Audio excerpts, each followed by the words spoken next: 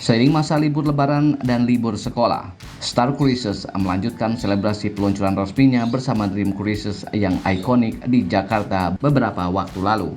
Perayaan ini menandai babak baru bagi dua brand kapal pesiar ternama yang telah membangun tradisi dan warisan di dunia wisata pelayaran selama lebih dari 30 tahun.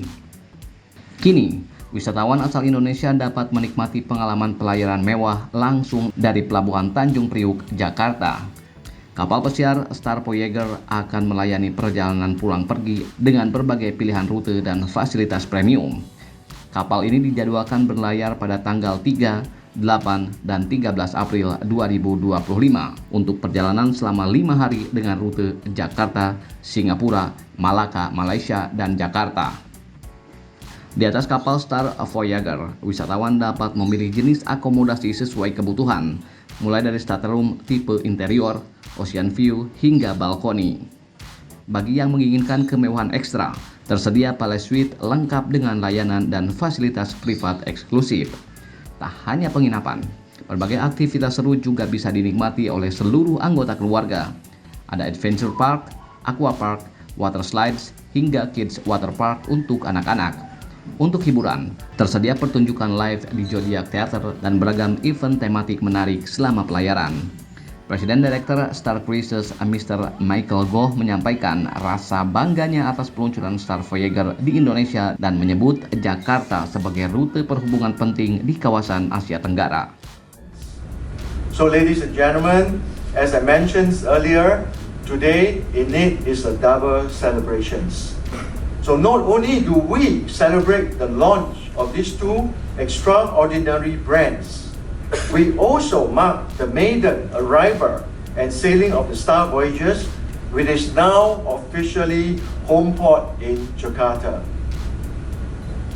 So during the Lebaran holidays and Indonesian holidays, guests can now book the 5-night Jakarta, Singapore, Malacca, Jakarta cruise with 4 sailing available until 13 April 2025. Additionally, 6 sailing from the 4-night Jakarta, Singapore-Jakarta cruises were offered from 12 June to 2nd July 2025. So to our friends in Indonesia, in fact, it's as hot from the news, and this is the first time that we announced our return in June back into Jakarta. So during this period, both Jakarta and Medan will also welcome a surge of inbound tourists with 16 scheduled arrival, potentially bringing up to 32,000 visitors. So I would like to take this chance to express our heartfelt gratitude to the Ministry of Transport, Ministry of Tourism, and the relevant authority for the unwavering support together with everyone here today. So as we set sail from Jakarta, we invite you to join us in celebrating this era of cruising.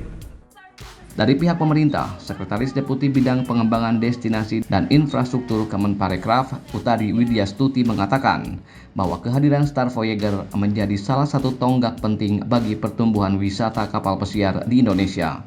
Ia menambahkan, kapal ini telah memperoleh sertifikat halal dan bahkan menyediakan paket khusus lebaran termasuk fasilitas sholat Id di atas kapal. Kehadiran dari Star Voyager di Jakarta ini pastinya merupakan salah satu tonggak yang menandai sebagai tumbuhnya industri cruise atau kapal wisata di Indonesia. Dan juga ini kami berharapkan ada suatu tanda ataupun keadaan yang memang terus mendukung bagi perkembangan pariwisata dan juga pengembangan dari destinasi yang ada di Indonesia.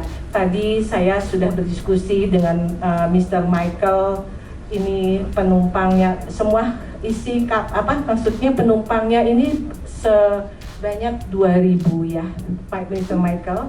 Jadi ini saya benar-benar kami dari Kementerian Pariwisata mengucapkan terima kasih sekali karena memang kapal ini juga memperkenalkan Indonesia kepada negara-negara tetangga kita, karena memang kapal ini hadir juga di Singapura, di Malaysia, dan berkeliling lagi ke Indonesia.